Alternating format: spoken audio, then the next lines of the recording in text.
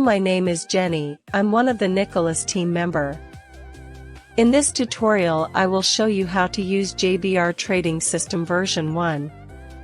JBR version 1 use 3 confirmation and it's very simple to use. You need to wait for all confirmation before you enter the trade.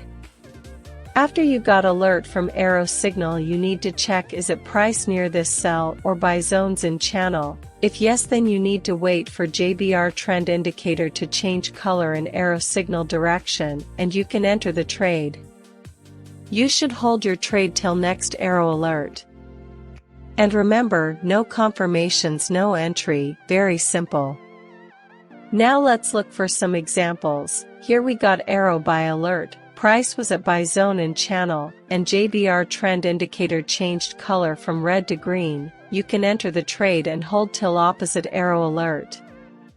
Here we got arrow sell alert. Price was at sell zone in channel and JBR trend indicator changed color from green to red. You can enter the trade and hold till opposite arrow alert.